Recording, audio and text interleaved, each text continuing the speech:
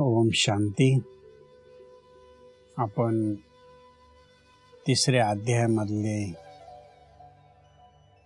जे काही हा शेवटचा भाग बघतोय, परंतु या शेवटच्या भागामध्ये बघत असताना काम, क्रोध किंवा हे जे विकार आहे, हे विकार किती प्रबळ आत्म्यावर आपली पकड त्यांनी करून ठेवलेली आहे आणि त्यापासून प्रवृत्त होण्यासाठी किंवा त्यापासून वेगळापणा करण्यासाठी श्रीकृष्ण वारंवार अर्जुनाला जे शिकवण देत आहे, जे काही उदाहरण देत आहेत, ते आपण बघत आहोत. हा जो 39वा जो श्लोक आहे, यामध्ये खूप सुंदर वर्णन केलेलं आहे माऊलींनी. तैसे ज्ञान तरी शुद्ध परी, यही असे प्रवृद्ध, मनोनी ते आघाद होऊनी ठेले, आधी यात जिनावे मग ते ज्ञान पावावे, तच पराभवो न संभवे, राग द्वेषा यात साधा वया लागी, जे बळ आणि जे आंगी, ते इंधने जैसे आगी, साववावे होवी. सुंदर वर्णन माऊलींनी केलंय की तसे ज्ञान हे स्वतः जरी शुद्ध असले, सत्य असले, कारण ज्ञान म्हटल्यानंतर प्रकाश, त्यामध्ये अशुद्धताची ही काही गोष्ट येतच नाही. परंतु ज्यावेळेस ज्ञानाचा प्रकाश जीवनामध्ये नसतो, त्यावेळेस अज्ञानाचं राज्य आपल्यावर असतं आणि ते अज्ञान ओढून आणणाऱ्या ज्या गोष्टी आहेत, त्या म्हणजे काम, क्रोध, लोभ, मोह, अहंकार. वर्णन सर्व लोक करतात की मोह ठेवायला नाही पाहिजे, मोह खूप वाईट आहे. इच्छा ठेवायला नाही पाहिजे, इच्छा खूप वाईट आहे. परंतु सोडायला कोणी तयार नाही. जसं एक दिवस मरायचं हे माहीत आहे, परंतु जर आता एखाद्याला म्हटलं की आता मरायला तयार आहे, तर तो म्हणणार नाही, अजून थोडं काम बाकी आहे. त्या क्षणाला सोडायला कोणीही तयार नाही. ही एक खूप मोठी जीवनाची विडंबना आहे की ह्या दुनियेमधून एक दिवस जायचंय, परंतु जाणं निश्चित असूनही आपल्याला ज्या गोष्टींनी अडकून ठेवलेलं आहे, त्या गोष्टीपासून निवृत्त व्हायला कोणीही तयार नाही. त्या गोष्टी कोणत्या आहेत, तर त्या गोष्टी इथं माऊलीने वर्णन केलेल्या आहेत की ज्ञानापासून जे आपण प्रवृत्त झालेलं आहे, ज्या गोष्टींनी आपल्याला ह्या इच्छा, ह्या तृष्णा जीवनामध्ये वारंवार दुःखी बनवतात, तरीही आपण त्याच्यामध्ये जकडून राहतो.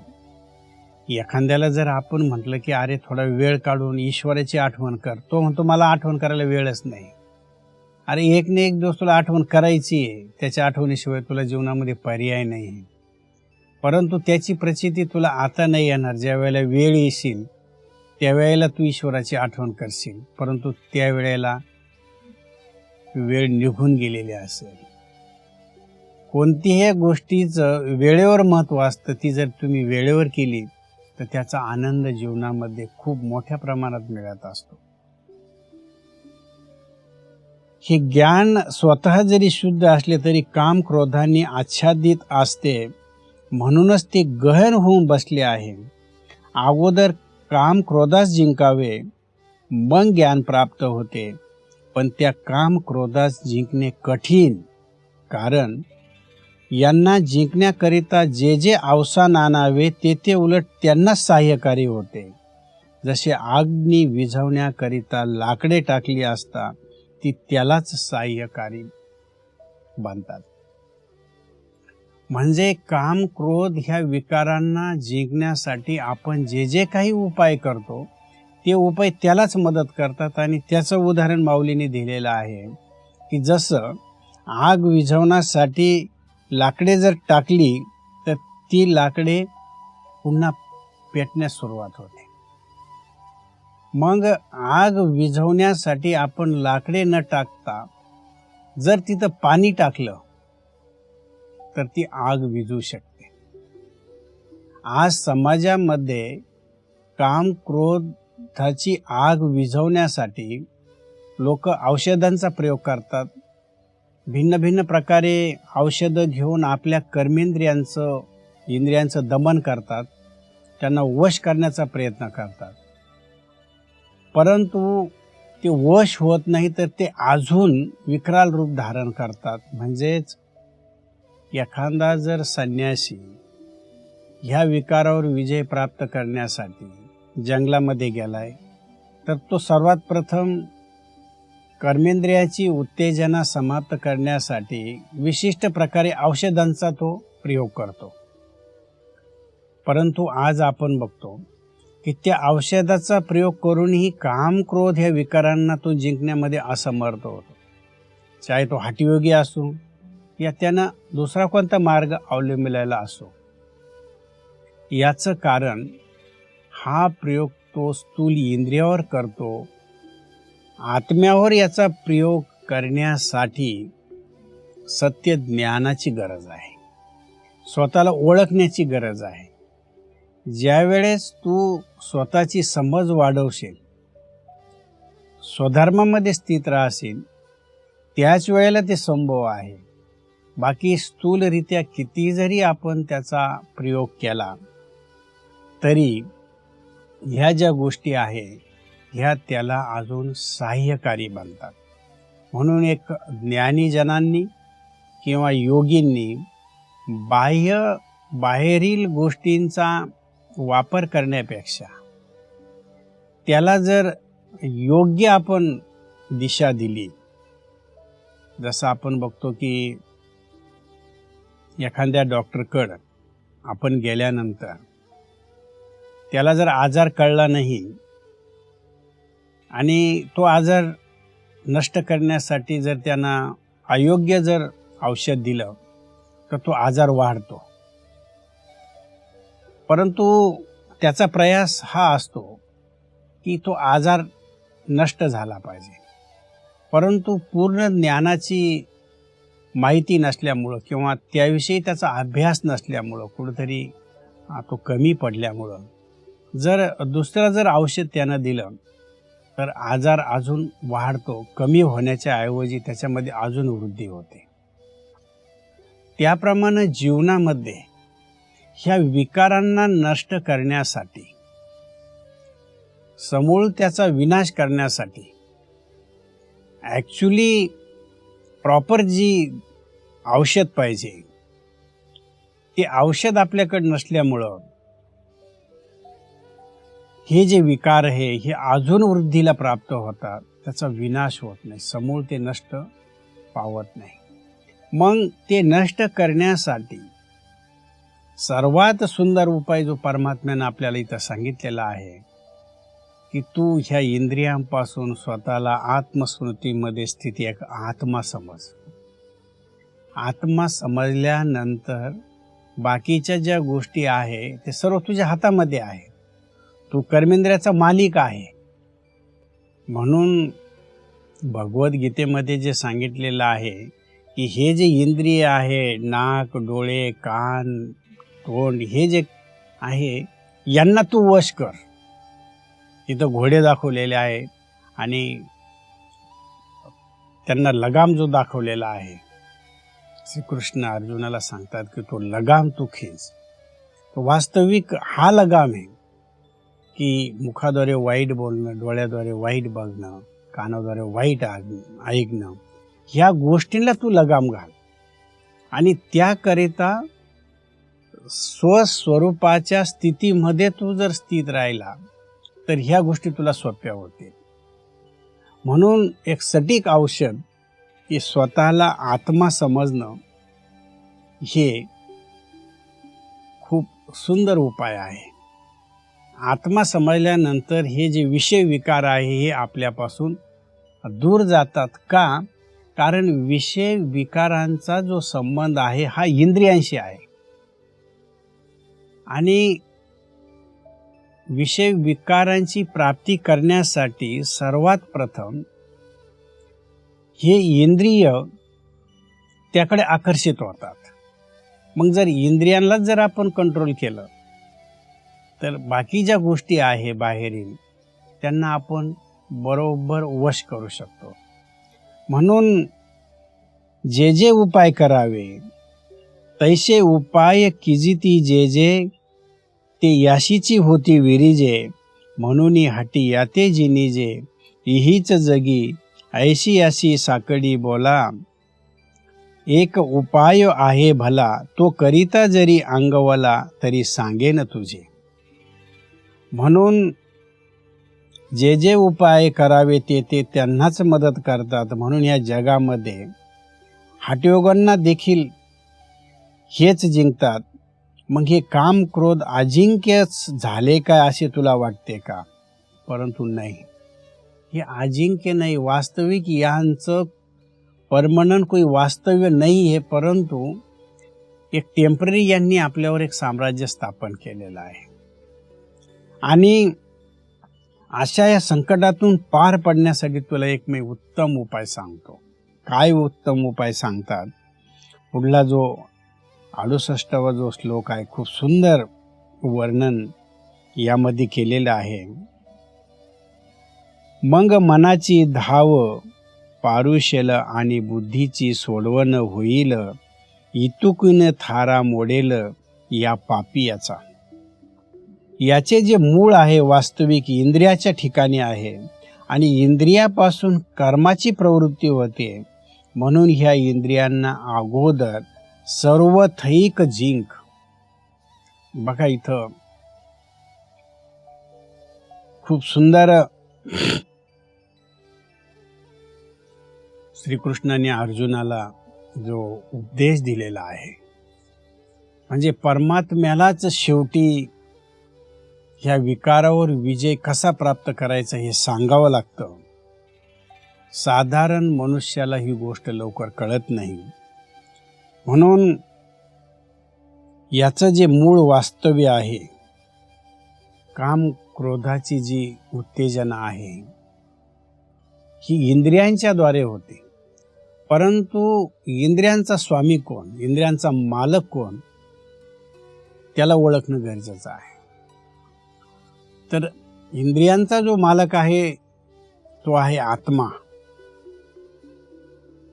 आत्मा भ्रुकुटीमध्ये विराजमान होऊन सर्व कर्मेंद्रियांना ऑर्डरप्रमाणे ज्या वेळेला चालवेल त्यावेळेला ते त्याच्या अधीन होते. म्हणून वारंवार हा जो उपदेश दिलेला आहे की तू कर्मेंद्रियाद्वारे जी कर्माची प्रवृत्ती होते त्या इंद्रियांना तू अगोदर वश कर. मग आता एक प्रश्न तुम्हा सर्वांना मी विचारतो. मनामध्ये आपल्या असंख्य विचार चालतात. कर्मेंद्रियाद्वारे आपण कर्म करतो. सकाळपासून संध्याकाळपर्यंत सर्व कर्मेंद्रिय आपल्या कर्म करत असतात. मग मी विचार करणारी, कर्मेंद्रियाद्वारे कर्म करणारी, डोळ्याद्वारे बघणारी, कानाद्वारे ऐकणारी, जिथं वारंवार हा उपदेश केला जातोय. रूपक मात्र श्रीकृष्ण आणि अर्जुनांचा हा संवाद आहे. वास्तविक आध्यात्मिक पैलू म्हणजे परमात्मा आत्म्याला सांगतोय. आणि काय सांगतोय की ज्या वेळेस स्वतः ज्या वेळेला ह्या गोष्टींना तू समजून घेशील आणि स्वतःच्या स्वस्वरूपामध्ये तू स्थित होशील त्यावेळेला हे जे विकार आहे तुझ्या समोर तुला साष्टांग नमस्कार करते. तुझ्यावर साम्राज्य स्थापन करण्याचं तर सोडून दे, परंतु होऊन तुला ते दासीप्रमाणे नमस्कार करतील. कारण तू त्यांना ओळखलेला आहे की हे माझ्या विनाशाच्या साठी निमित्त बनणारे आहेत. म्हणून तू त्याला पहिल्यांदाच वेगळं करत आहे. ते तुला सहजासहजी सोडणार नाही, कारण त्याच्याशी तू इतका जकडून गेलेला आहे, तुझ्याशी ते युद्ध करत राहशील, परंतु तू त्यांच्यावर राज्य स्थापन केलेलं आहे, त्यांना हरवलेलं आहे हे निश्चित आहे. म्हणून इथं माऊलींनी जे वर्णन केलेलं आहे खूप सुंदर त्याला उपमा दिलेली आहे. आणि हा जो श्लोक आहे 43वा खूप सुंदर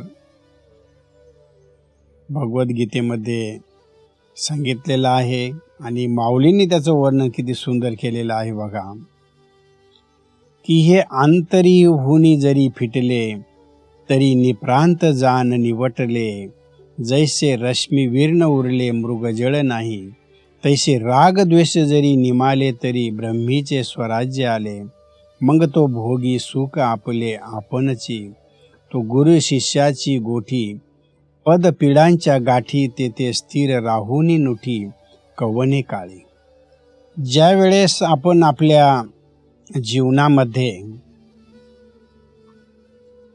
मनाची धाव कुंठित होऊन बुद्धीची सुटका होईल आणि मग तिथून ह्या दुष्टांचे बिऱ्हाड मोडण्यास आपण यशस्वी होऊ, त्यावेळेस आपण समजायचं की यांचा आपण समूळ नाश केलेला आहे.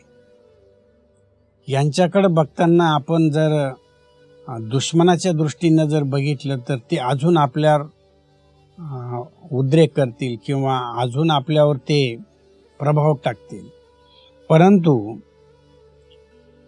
यांना आपण एक दिशा जर दिली तर त्याहून आपली बुद्धीची पण सुटका होईल आणि मनाला पण शांती मिळेल. म्हणून इथं जे उदाहरण दिलेलं आहे की यांनी जे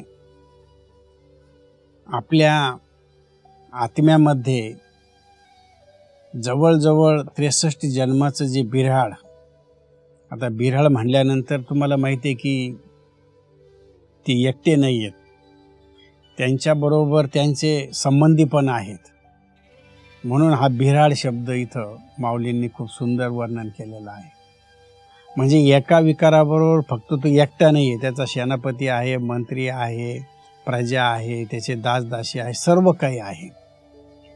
म्हणजे एक जर विकार आला तर एका विकारावर ते सर्व बरोबर येतात, ते वेगळे वेगळे राहत नाही, त्यांना समूहामध्ये राहण्याची सवय झालेली आहे. म्हणून ते बिऱ्हाड जर हटवायचं आहे किंवा त्यांनी जे बिऱ्हाड आत्म्यामध्ये हा जो संसार व्याप्त करून ठेवलेला आहे याच्यातून जर आपल्याला बाहेर निघायचं आहे तर खूप छान माऊलींनी पुढं सांगितलेले आहे की बुद्धीच्या पलीकडे असलेली जी आत्मा आहे त्या आत्म्याला तू जाणून घे. आत्म्याला जाणून घेतल्यानंतर किती स्पष्ट उल्लेख आलेला आहे बघा की आत्म्यामध्ये मन आणि बुद्धी आहे.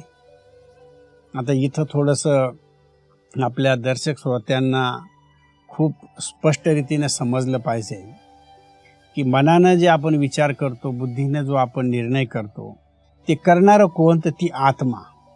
आत्म्यामध्ये मन, बुद्धी आणि संस्कार ह्या तिन्ही गोष्टी दडलेल्या आहे. ह्याप्रमाणे यांची अंतकरणातून वस्ती मोडली म्हणजे समज की हे मेले. ज्याप्रमाणे सूर्य किरणांशिवाय मृगजळ दृष्टीस पडत नाही, त्याप्रमाणे राग आणि द्वेष जोपर्यंत नाहीसे होत नाही तोपर्यंत ब्रह्मरूपी स्वराज्य आपल्या हाती येऊ शकत नाही. सुंदर वर्णन माऊलींनी केलेलं आहे की जोपर्यंत जीवनामधून अज्ञान नष्ट होत नाही, विकार नष्ट होत नाही, तोपर्यंत हे बुद्धिरूपी ज्ञान, पवित्र ज्ञान इथं स्थायी टिकू शकत नाही. ज्ञान ऐकल्यानंतरही ते विसरलं का जातं? कारण याच्यामध्ये काम, क्रोध यांनी आपलं असं काही बिऱ्हाड मानून ठेवलेलं आहे की ते त्या ज्ञानाला टिकून देत नाही, ते लगेच हुसकावून लावतात. तर याचं एक कारण आहे की आपण बघतो की एखादं कुत्रं, त्याला जर आपण रोटी टाकली तर दुसरे काही कुत्रे असतात, त्यांना पण भूक लागलेली असते आणि ती रोटी खाण्यासाठी